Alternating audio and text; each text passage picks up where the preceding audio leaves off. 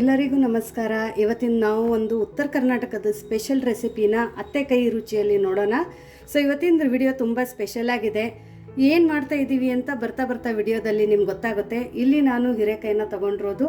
ಹೀರೆಕಾಯಿನ ತೊಗೊಂಡ್ಬಿಟ್ಟು ಹೀರೆಕಾಯಿ ಮೇಲ್ಗಡೆದೇನು ಸಿಪ್ಪೆ ಇರುತ್ತೆ ಅದನ್ನು ನಾವು ತಕ್ಕೊಳ್ಳೋಣ. ಎಲ್ಲ ಸಿಪ್ಪೆನ ತೆಗೆದಾಗಿದೆ ನೀಟಾಗಿ. ತುಂಬ ಜಾಸ್ತಿನೂ ತೆಗಿಬೇಡಿ, ಜಸ್ಟ್ ಏನು ಹಾರ್ಡ್ ಲೇಯರ್ ಇರುತ್ತೆ ಅದನ್ನು ಒಂದು ತೆಗೆದ್ರೆ ಸಾಕು. ಸೊ ಇವಾಗ ಇದನ್ನು ನಾವು ಸಣ್ಣದಾಗಿ ಕಟ್ ಮಾಡ್ಕೊಳ್ಳೋಣ. ತುಂಬ ಸಣ್ಣದಾಗಿ ಕಟ್ ಮಾಡ್ಕೋಬೇಕು. ಇಲ್ಲಿ ನಾನು 4 ಹೀರೆಕಾಯಿನ ತಗೊಂಡಿರೋದು. ಸೊ ನೋಡಿ, ಎಲ್ಲ ಹೀರೆಕಾಯಿನೂ ನಾವು ಕಟ್ ಮಾಡ್ಕೋತಾ ಇದ್ದೀವಿ. ಇವಾಗ ಅತ್ತೆ ನೋಡಿ ಪ್ಯಾನಲ್ಲಿ ಹಾಕ್ತಾ ಇದ್ದಾರೆ ಹೀರೆಕಾಯಿ, ಸಣ್ಣದಾಗಿ ಕಟ್ ಮಾಡಿದ್ದಾರೆ. ಅವ್ರ ಕೈ ರುಚಿನೂ ನೋಡೋಣ ಒಂದ್ಸರಿ ಹೇಗಿರುತ್ತೆ ಅಂತ ಹೇಳಿ. ತುಂಬಾನೇ ರುಚಿಯಾಗಿರುತ್ತೆ, ನಾವು ಟೇಸ್ಟ್ ಮಾಡಿದೀವಿ. ಅತ್ತೆ ಏನಕ್ಕೆ ಸಣ್ಣದಾಗಿ ಹೆಚ್ಕೊಂಡಿದ್ರೆ ಇದು ಹೀರೆಕಾಯಿನ? ಸರಿಯಾಗಿ ಹುರಿತದೆ, ಇದು ಸರಿಯಾಗಿ ಹುರಿತದೆ ಅಂತೇಳಿ ಸಣ್ಣಗೆ ಕಟ್ ಮಾಡಿ ಚಟ್ನಿ ಕಲ್ಲಲ್ಲಿ ಕುಟ್ಟೋದು. ಕುಟ್ಟಕ್ಕೆ ಈಸಿ ಆಗುತ್ತೆ ಅಂತ ಸಣ್ಣದಾಗಿ ಹೆಚ್ಕೋಬೋದಲ್ಲ. ಆಯಿಲ್ ಎಷ್ಟು ಸ್ಪೂನ್ ಹಾಕ್ಬೋದು? Oil 2 spoon. 2 ಸ್ಪೂನ್ ಸಾಕಾಗತ್ತಾ? ಸ್ಪೂನ್ ಸಾಕು. ಉತ್ತರ ಕರ್ನಾಟಕದ ಹೀರೆಕಾಯಿ ಚಟ್ನಿ ಯಾವ್ದಾದ್ರ ಜೊತೆ ತಿನ್ಬೋದಮ್ಮ? ಎಲ್ಲ ಚಪಾತಿ, ರೊಟ್ಟಿ, ನಮ್ಮ ಸೈಡ್ ಹೆಚ್ಚು ರೊಟ್ಟಿ ಜೊತೆನೇ ತಿಂತಾರೆ. ಸಜ್ಜಿ ರೊಟ್ಟಿ, ಜೋಳದ ರೊಟ್ಟಿ. ಗ್ಯಾಸ್ ಫ್ಲೇಮ್ ಮೀಡಿಯಮ್ ಅಲ್ಲಿ ಇರ್ಬೇಕಾ, ಸ್ಲೋ ಅಲ್ಲಿ ಇರ್ಬೇಕಮ್ಮ? ಸ್ವಲ್ಪ ಮೀಡಿಯಮ್ ಅಲ್ಲಿ ಇರ್ಬೇಕಲ್ಲ. ಮೀಡಿಯಮ್ದಲ್ಲೇ ಇಟ್ಟು ಹುರಿಬೇಕು, ಸಣ್ಣ ಕೆಪ್ಪಗಾಗುತ್ತಲ್ಲ. ಕೈ ಆಡಿಸ್ತಾ ನೀಟಾಗಿ ಫ್ರೈ ಮಾಡ್ಕೋಬೇಕು. ನೀವು ಇನ್ನು ಯಾವ ಥರ ಚಟ್ನಿಗಳನ್ನ ಮಾಡ್ತೀರಾ?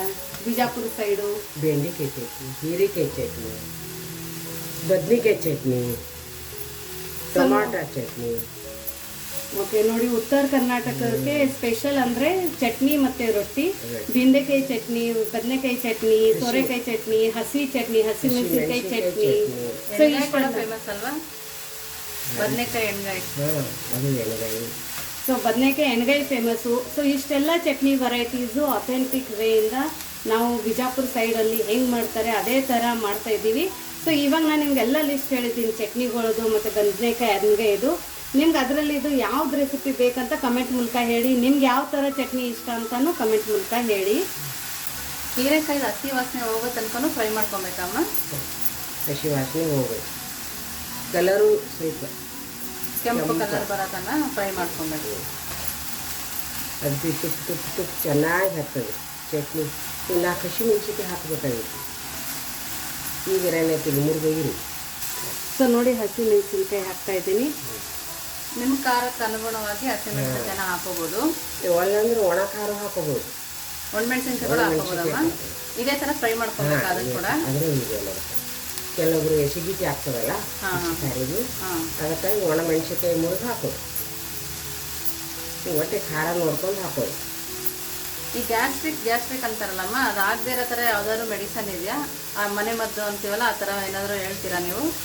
ಹೆಚ್ಚು ಚಹಾ ಕುಡಿಬಾರ್ದು ಥರ ಇದ್ರದ್ದು ಗುಂಬಳಕಾಯಿ ಜ್ಯೂಸ್ ಕುಡಿಬೇಕು. ಬೆಳಗ್ಗೆ ಎದ್ದು ಕೂಡ ಗುಂಬಳಕಾಯಿ ಜ್ಯೂಸ್ ಗ್ಯಾಸ್ಟ್ರಿಕ್ ಕಮ್ಮಿ ಆಗುತ್ತೆ. ಹೊಟ್ಟೆ ಆಗೋದೇ ಇಲ್ಲ ಸರ್.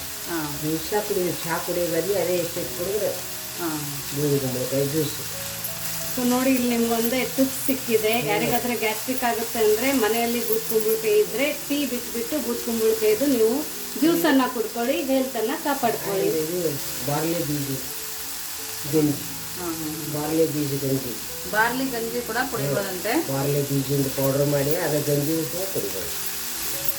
ಸೊ ಈ ಚಟ್ನಿಗೆ ಬೆಳ್ಳುಳ್ಳಿನೂ ಹಾಕ್ತಾರಲ್ವ? ಹಿಂದಿನ ಹಾಕಲ್ಲ ಆಮೇಲೆ ಅದನ್ನು ಸ್ವಲ್ಪ ಹಸಿ ವಾಸನೆ ಇದು ಮಾಡೋದು. ಸ್ವಲ್ಪ ಬೆಳ್ಳುಳ್ಳಿ ಹುರಿಬೇಕು, ಕರಿಬೇವು, ಫ್ರೆಶ್ ಕರಿಬೇವಿನ ಸೊಪ್ಪು ಕೂಡ ಹಾಕೊಂಡಿದ್ದಾರೆ, ಬೆಳ್ಳುಳ್ಳಿನೂ ಸೇರಿಸ್ಕೊಂಡಿದ್ದಾರೆ. ನೋಡಿ, ಸ್ವಲ್ಪ ಕೆಂಪಾದ್ಮೇಲೆ ಬೆಳ್ಳುಳ್ಳಿ ಮತ್ತೆ ಕರಿಬೇವಿನ ಸೊಪ್ಪು ಸೇರಿಸ್ಕೊಂಡಿದ್ದಾರೆ. ಕೊತ್ತಂಬರಿ ಸೊಪ್ಪು ಕೂಡ ಸ್ವಲ್ಪ ನೋಡಿ, ಈ ಥರ ಫ್ರೈ ಮಾಡಿದ್ರೇ ಟೇಸ್ಟ್ ಬರೋದು. ಸೊ ಇವಾಗ ಸ್ಟೋವ್ನ ಆಫ್ ಮಾಡಿಬಿಟ್ಟು ಇದ್ರ ಮೇಲ್ಗಡೆ ಮುಚ್ಚಿಟ್ಬಿಡೋಣ. ಒಂದು 5 ನಿಮಿಷ ಸಾಕು. ಸೊ ಇವಾಗ ಅದೆಲ್ಲ ಹುರಿದು ರೆಡಿಯಾಗಿದೆ. ಇದ್ರ ಒಳಗಡೆ ಇವಾಗ 1 ಸ್ಪೂನಷ್ಟು ಜೀರಿಗೆ ಹಾಕ್ಕೊಳ್ಳೋಣ. ಆಮೇಲೆ ಹೀರೆಕಾಯಿ ಒಳಗಡೆ ಏನು ನಾವು ಹಸಿಮೆಣಸಿನ್ಕಾಯಿ ಮತ್ತು ಬೆಳ್ಳುಳ್ಳಿನ ಹುರಿದಿದ್ದೀವಿ ಅದನ್ನು ಸೆಪ್ರೇಟ್ ಮಾಡ್ಕೊಂಡು ತಕ್ಕೊಂಡ್ಬಿಟ್ಟು ಇವಾಗ ಈ ಕುಟ್ಟೋಕ ಮನೆಯಲ್ಲಿ ಹಾಕೊಳ್ಳೋಣ.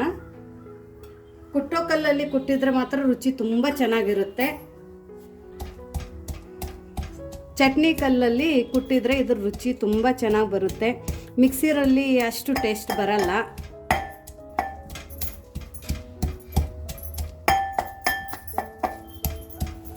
ಸ್ವಲ್ಪ ಸಣ್ಣದಾಗಿ ಕುಟ್ಕೋಬೇಕು. ಸೊ ನೋಡಿ, ಉಪ್ಪು ಹಾಕೋದ್ರಿಂದ ಬೇಗ ಸಣ್ಣ ಆಗುತ್ತೆ, ಹಾಗಾಗಿ ಉಪ್ಪು ಹಾಕ್ಬಿಟ್ಟು ಕುಟ್ಟೋಣ. ಅದು ಹಸಿಮೆಣಸಿಗೆ ಎಲ್ಲ ಸಣ್ಣಾಗಿದೆ. ಈಗ ಅದು ಹೀರೆಕಾಯಿದು ಹುರಿದಿದ್ದು ಅದು ಹಾಕೊಂಡು ಕುಟ್ಟೋದು.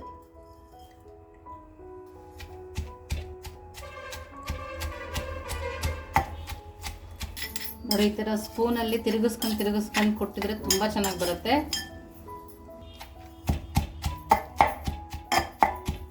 ನಾವು ಹೀರೆಕಾಯಿ ಚೆನ್ನಾಗಿ ಹುರಿದಿರೋದ್ರಿಂದ ಕುಟ್ಟಕ್ಕೆ ಕೂಡ ಈಸಿ ಆಗ್ತಾ ಇದೆ. ಸೊ ಈ ಕುಟ್ಟೋಕೆ ಈಸಿ ಆಗಬೇಕಂತಾನೆ ತುಂಬ ಸಣ್ಣದಾಗಿ ನಾವು ಕಟ್ ಮಾಡಿ ಹುರಿಬೇಕು. ಇದು ಒಂದು ಮೇನ್ ರೀಸನು ಸಣ್ಣದಾಗಿ ಕಟ್ ಮಾಡೋಕ್ಕೆ. ಕಡಲೆ ಬೀಜದ ಪೌಡರ್ ಹಾಕು. ಕಡಲೆ ಬೀಜದ ಪುಡಿ ಹಾಕೊಳ್ಳೋಣ ಸ್ವಲ್ಪ.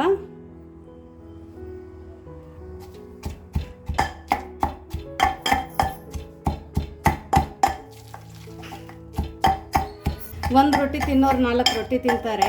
ಯಾವುದೇ ಸಾಂಬಾರು ಬೇಕಾಗಿಲ್ಲ, ಮೊಸರು ಬೇಕಾಗಿಲ್ಲ. ಬಿಸಿ ಬಿಸಿ ಅನ್ನಕ್ಕೆ ತುಪ್ಪ ಹಾಕೊಂಡು ಈ ಚಟ್ನಿನ ತಿನ್ಕೋಬೋದು. ಸೊ ಇದು ಉತ್ತರ ಕರ್ನಾಟಕದ ಸ್ಪೆಷಲ್ ಬಿಜಾಪುರ ಹೀರೆಕಾಯಿ ಚಟ್ನಿ. ಸೊ ಇದೊಂದು ಬಟ್ಲಿಗೆ ತಕ್ಕೊಳ್ಳೋಣ.